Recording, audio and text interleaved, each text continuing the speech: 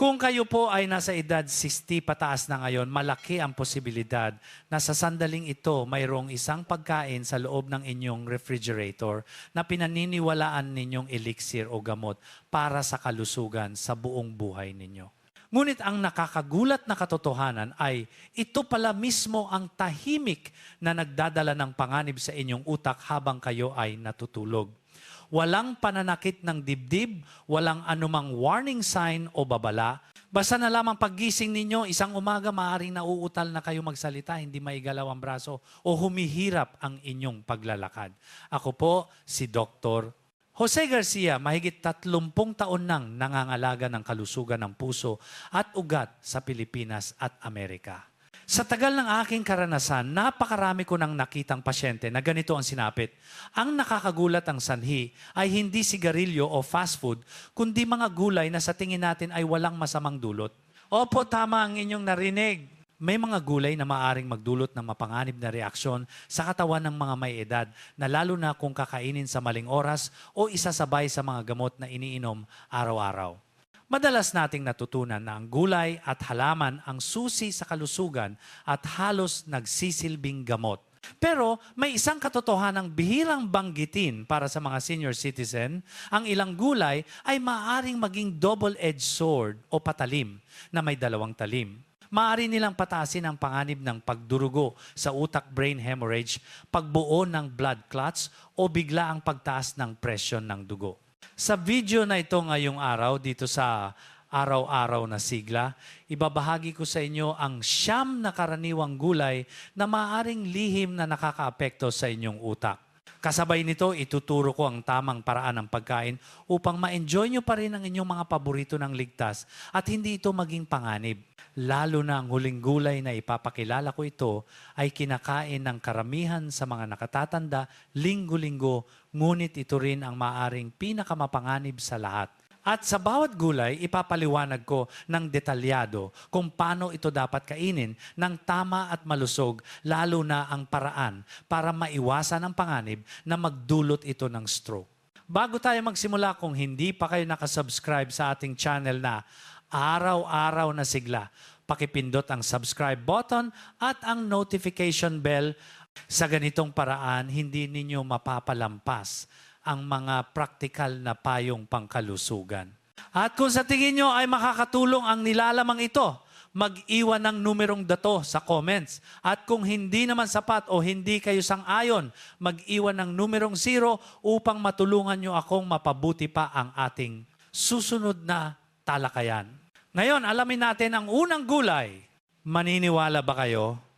Sa mga gulay na inihahain sa ating hapagkainan araw-araw, may isang nakatagong salarin na nagpapatigas ng mga ugat at nagpapataas ng panganib ng stroke. Ang tinutukoy ko ay ang spinach o espinaca. Buong buhay natin, ganito ang lagi nating naririnig. Kumain ng maraming gulay para maging malusog. At ang spinach daw ay mayaman sa iron at vitamins kaya mas mainam. Ngunit hindi gaanong alam ng marami na kung kakainin ito sa maling paraan, ang mukhang inosenteng gulay na ito ay maaaring maging tahimik na banta sa kalusugan ng utak at puso. Ang spinach ay naglalaman ng maraming oxalate. Karaniwan, hindi naman ito malaking panganib.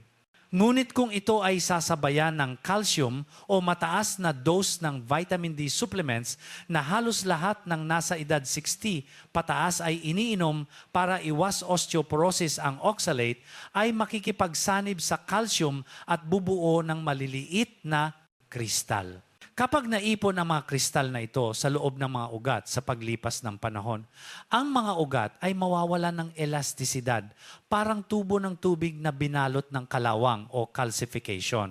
Ang resulta, hindi na makapag-expand o makapag-contract. Nang maayos ang ugat, tataas ang presyon ng dugo at kasabay nitong lalaki ang panganib ng ischemic stroke o bara sa utak. Mayroon akong nakilalang pasyente na nasa edad 70s mula sa Cebu. Para maiwasan ang osteoporosis, umiinom siya araw-araw ng calcium at vitamin D.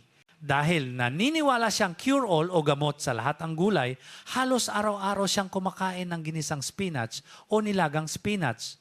Ang resulta, makalipas ang ilang taon, ang kanyang high blood pressure at paninigas ng ugat ay mas mabilis na lumala kumpara sa mga kaedad niya at na-ospital siya.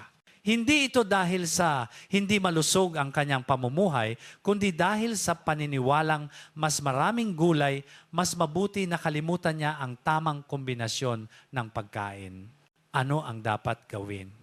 Hindi nyo kailangang tanggalin ng tuluyan ng spinach sa inyong dieta. Ang problema ay wala sa gulay mismo, kundi sa paraan ng pagkain. Kung ilalaga muna ang spinach sa kumukulong tubig at itatapon ang pinaglagaan, malaki ang mababawas sa oxalate content nito.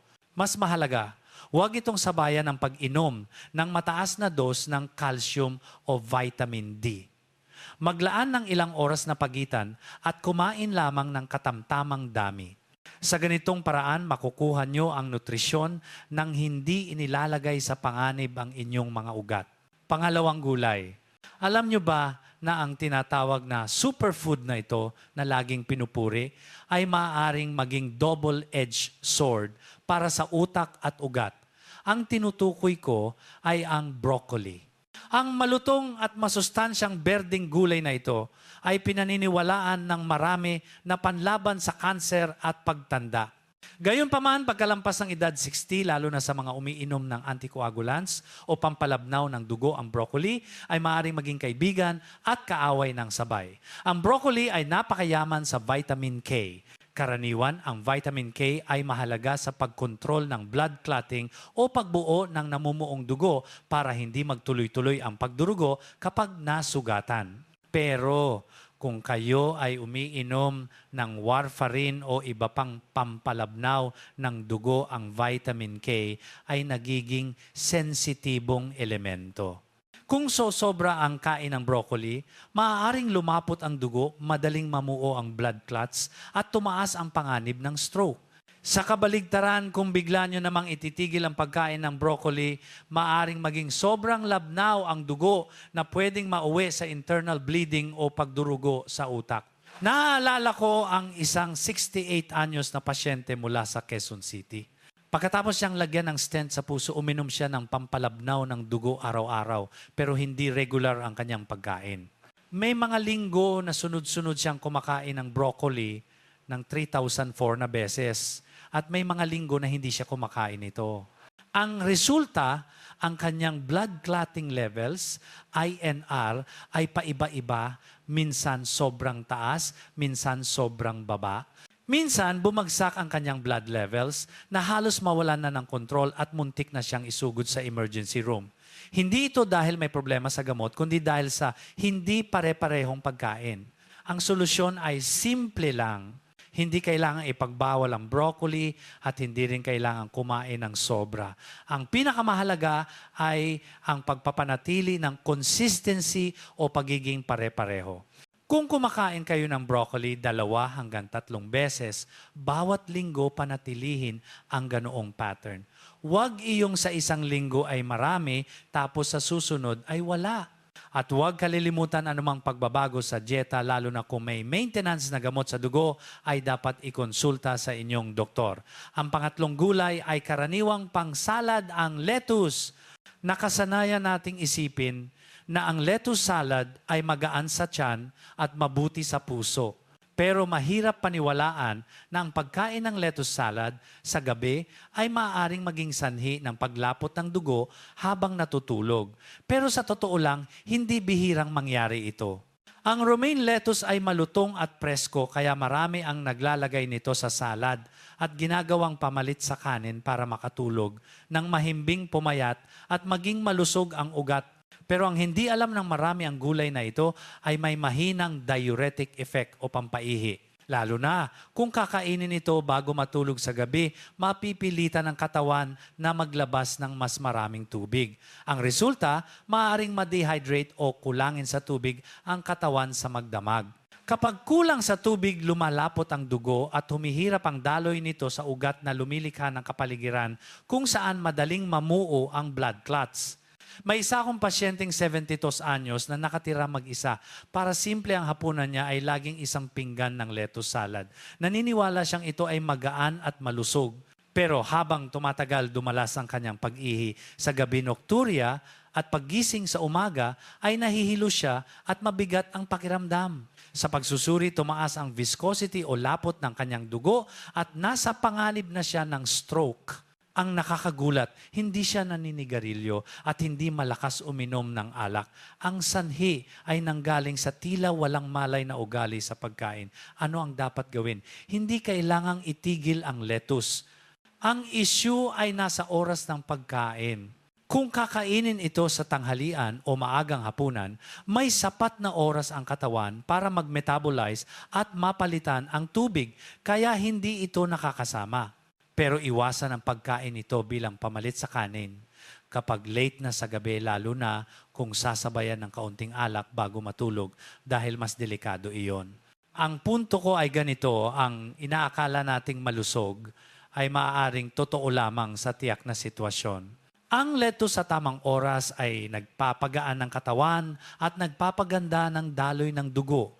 Pero sa maling oras, maaari itong maging kasabwat ng stroke habang kayo ay mahimbing na natutulog. Pang-apat na gulay ay ang hilaw na carrots. Malutong at matamis, madaling isipin na kahit gaano karami ang kainin ay okay lang. Pero sa totoo lang, ito ang pwedeng maging pangunahing sanhi ng pagtataas-baba ng presyon sa gabi. Mahirap paniwalaan pero ilang beses ko na itong nakita sa mga pasyente kong lampas 60 anyos. Ang hilaw na carrots ay mayaman sa natural sugars. Kung kakainin ito sa gabi, lalo na bago matulog, mabilis na tataas ang blood sugar. Pero makalipas ang ilang oras, bigla rin itong babagsak. Kapag nangyari ito, ituturing ito ng katawan bilang emergency, kaya maglalabas ito ng stress hormones tulad ng adrenaline at cortisol. Ang resulta, bibilis ang tibok ng puso, tataas ang presyon, at ang panganib ng stroke ay tahimik na darating habang tulog. May ginamot akong 67 anyos na pasyente, nakagawian niyang kumain ng hilaw na carrots habang nanonood ng TV sa gabi. Iniisip na healthy snack ito. Pero di nagtagal, nagigising siya sa madaling araw na kumakalabog ang dibdib at pinagpapawisan ng malamig. Nang suriin, nakitang nagwawala ang kanyang blood pressure at heart rate sa gabi. Ito ay direktang resulta ng pagkain ng hilaw na carrots bago matulog. Ano ang solusyon? Huwag itigil ang carrots. Mahusay na pinagmumulan ito ng fiber at vitamins. Lutuin lamang ito. Kapag luto ang carrots, bumabagal ang pagsipsip ng asukal nito. At ang pinakamagandang oras ng pagkain nito ay sa araw kung saan nagagamit ng katawan ang enerhiya nito. Sa ganitong paraan, makukuha nyo ang benepisyo nang hindi ito nagiging sugar trap sa gabi. Tandaan, hindi lahat ng health food ay angkop sa lahat ng oras.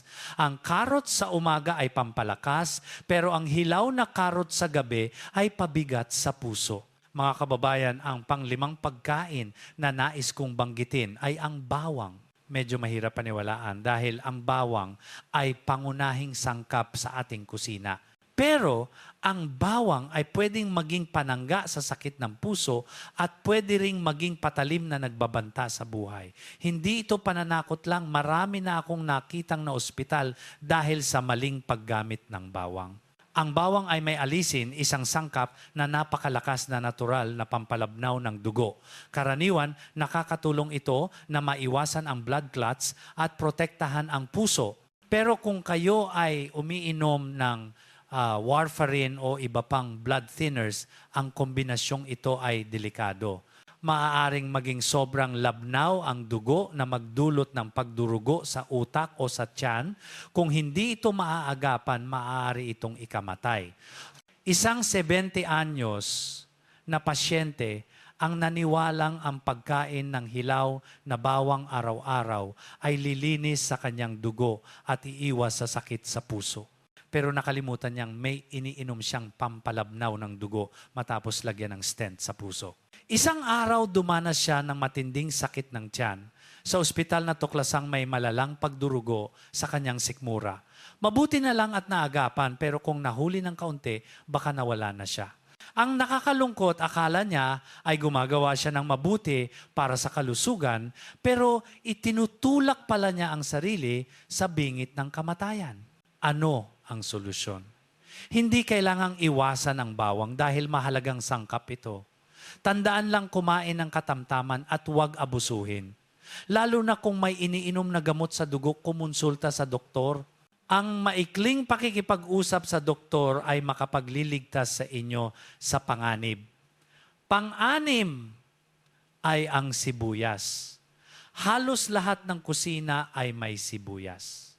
Alam nyo ba na bagamat pinoprotektahan nito ang puso, maaari rin itong magdulot ng panganib ng pamumuo ng dugo sa gabi. Kakaiba man pakinggan ito ang katotohanang hindi alam ng maraming nakatatanda. Ang sibuyas ay may quercetin na nagpapababa ng presyon ng dugo. Maganda ito para sa mga may high blood. Pero kung babagsak ng sobra ang presyon sa gabi habang tulog, ano ang mangyayari?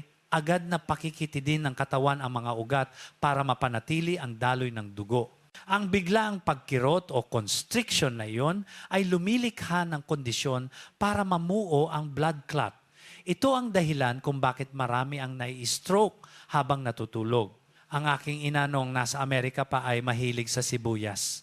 Lalo na sa gabi, kumakain siya ng hilaw na sibuyas dahil daw pampalinis ng dugo at iwas bara.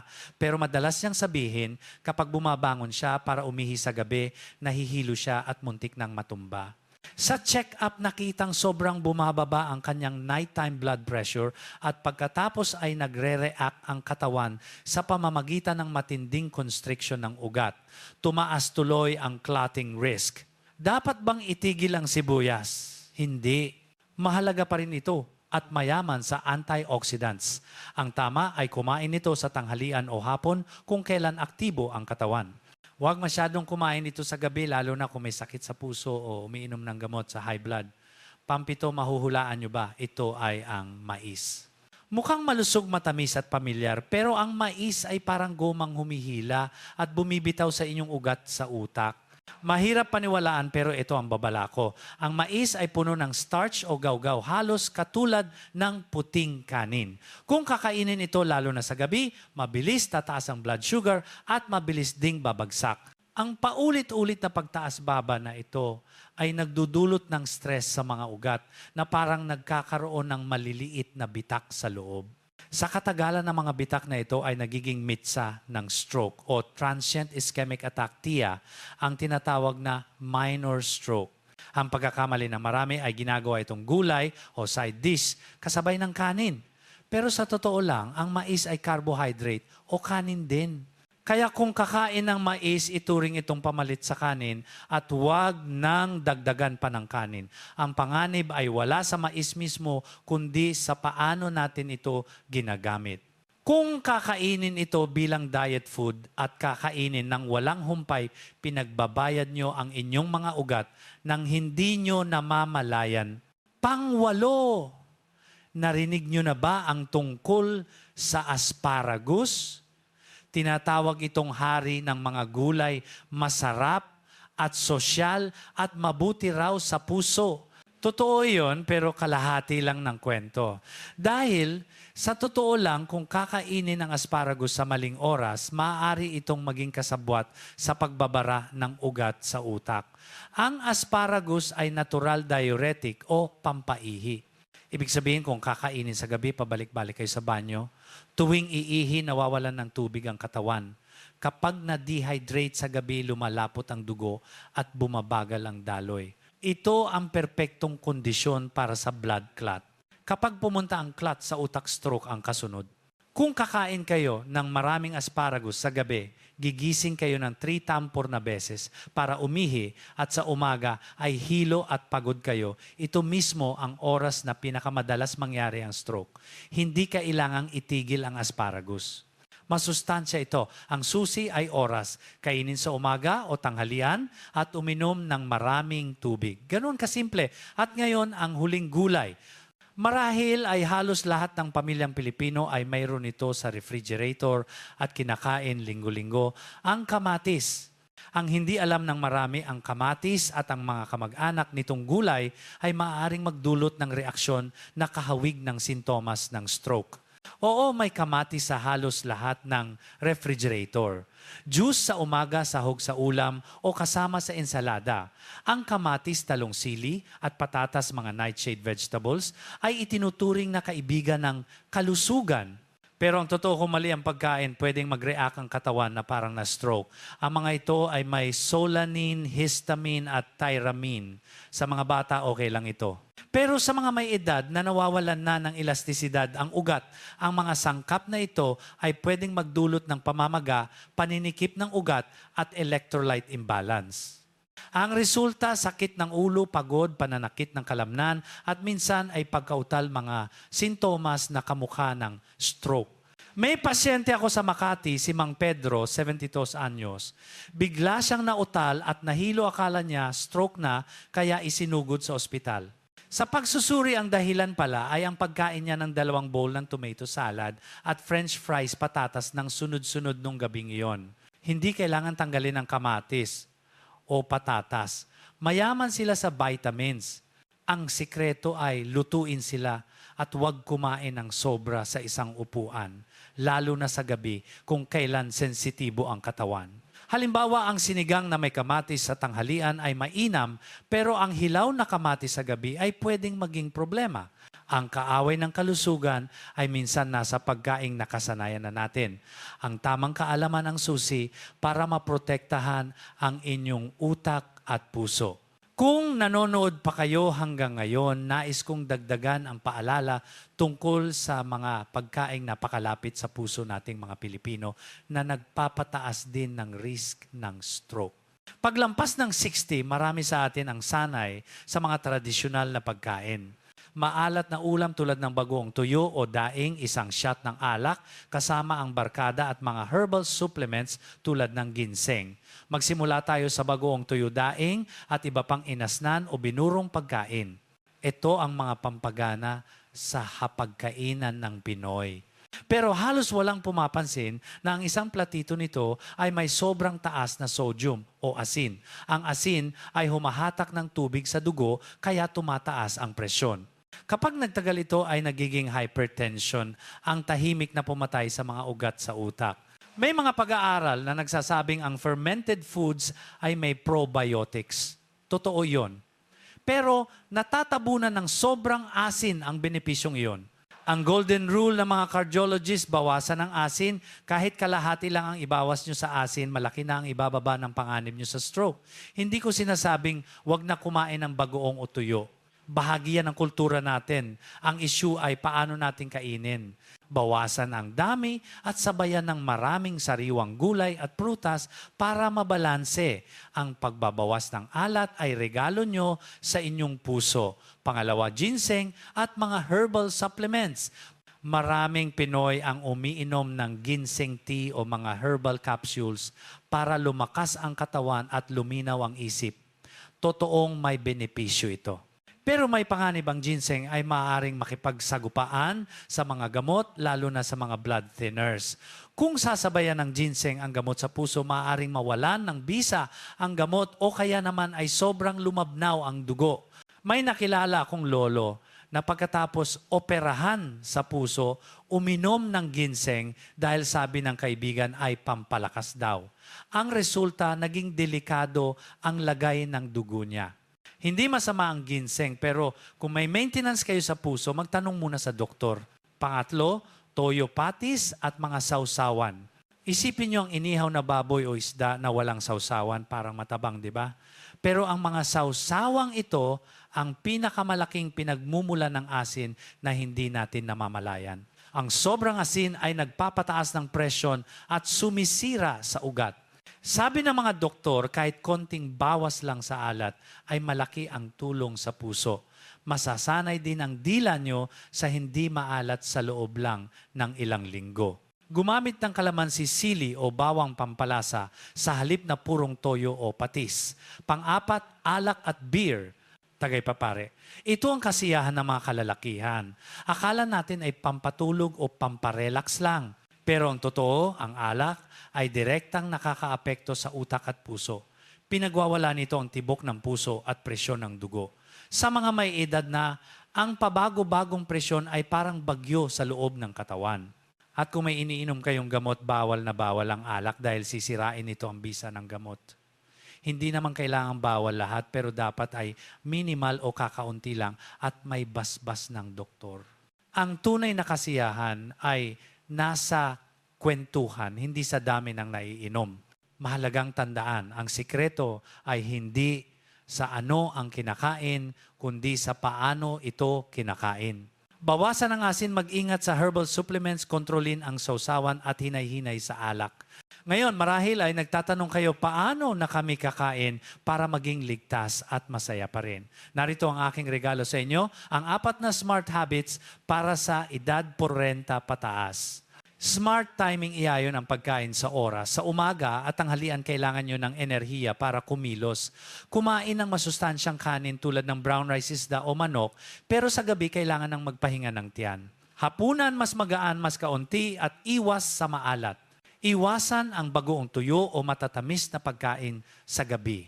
Ang magaan na hapunan ay susi sa mahimbing na tulog at matatag na puso. Iwas sa gupaan drug-food interaction. Kung may maintenance kayo, alamin ang bawal. Kung naka-warfarin kayo, maging consistent sa pagkain ng berdeng gulay. Huwag pabago-bago. Kung naka-aspirin hinay-hinay sa bawang at herbal supplements, ituring ang pagkain bilang bahagi ng inyong gamutan, magtanong sa doktor bago magbago ng diet, tubig at asin. Uminom ng tubig sa maghapon para gumanda ang daloy ng dugo. Pero sa gabi, sip-sip na lang para hindi pabalik-balik sa banyo. At higit sa lahat, bawasan ang asin, kahit konti lang. Piliin ang low-sodium options o gumamit ng natural na pampalasa, magpapasalamat ang inyong puso. Kayo ang unang doktor ng sarili nyo magmasid sa sariling katawan. Mag-monitor ng blood pressure umaga at gabi. Isang tip, sukatin ang BP ng nakaupo, tapos tumayo at sukatin ulit makalipas ang 1,003 minuto. Kung biglang bumagsak ang BP pagtayo, delikado iyon, orthostatic hypotension, pwedeng mahilo at matumba. Kung may diabetes, alamin kung anong pagkain ang nagpapataas ng asukal nyo. Ilista ang kinakain at obserbahan ang pakiramdam. Mga kababayan, ang kalusugan ay nasa inyong mga kamay. Kung susundin nyo ang 4 na habits na ito, ang bawat subo ng pagkain ay magiging gamot na magpapahaba ng inyong buhay. Hindi ko sinasabing bawal na ang lahat. Ang susi ay balanse, tamang oras at disiplina. Mabuhay ng matagal malusog at masaya kasama ang pamilya. Kung nakatulong ang video na ito, mag-iwan ng mensahe o komento sa ibaba. Ang inyong reaksyon ay inspirasyon ko para magbahagi pa ng kaalamang pangkalusugan dito sa araw-araw na sigla. Salamat po!